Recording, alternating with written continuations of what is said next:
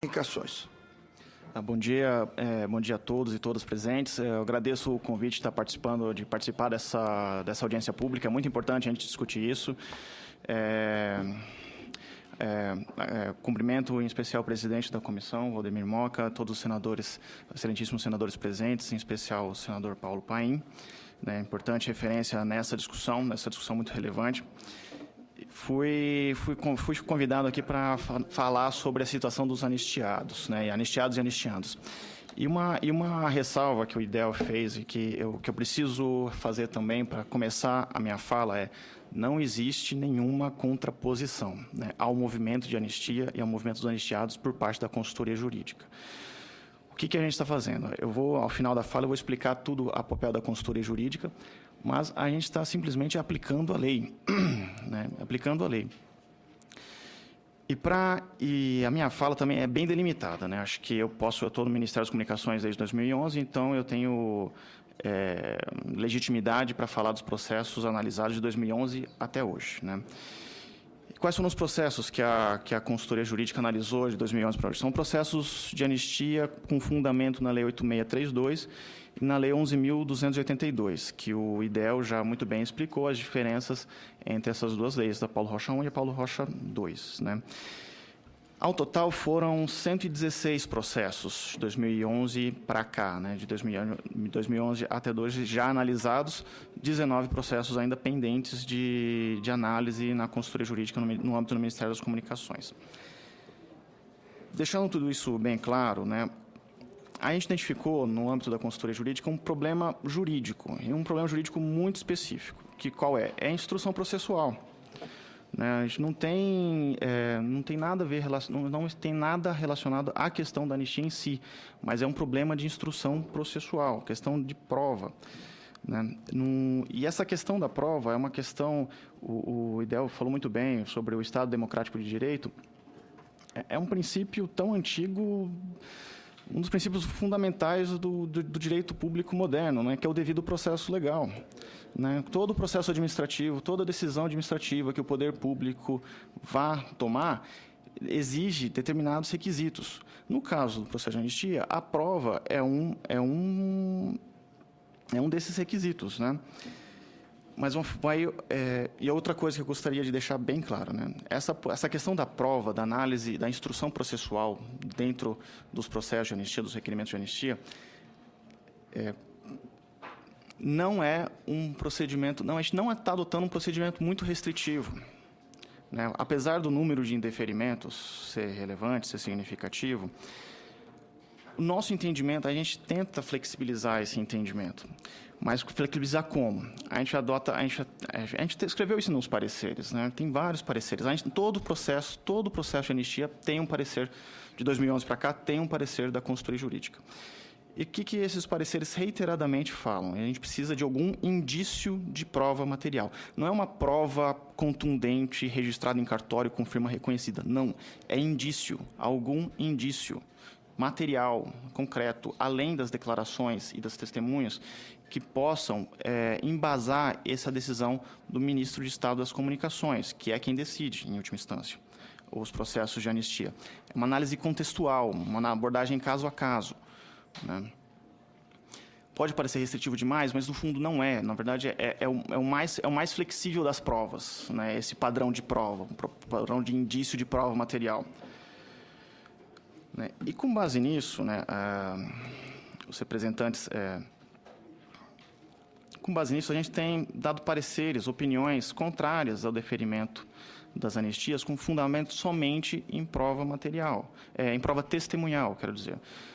Os processos são instruídos apenas com declarações. Assim, isso é um padrão de prova muito frágil para a gente fazer esse indeferimento, o nosso entendimento.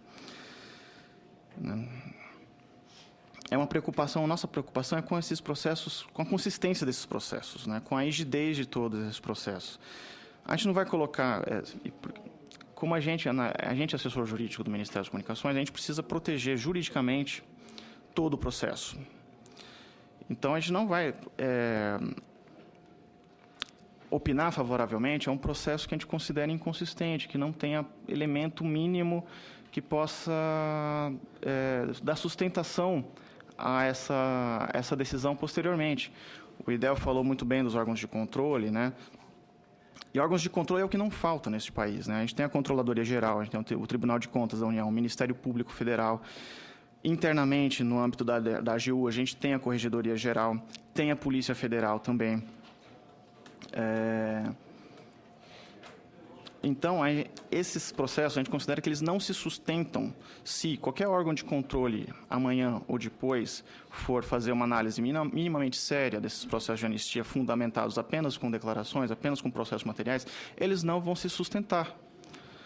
Então, a gente opina negativamente ao deferimento desses processos nessas circunstâncias. É uma questão de prova, questão de devido processo legal.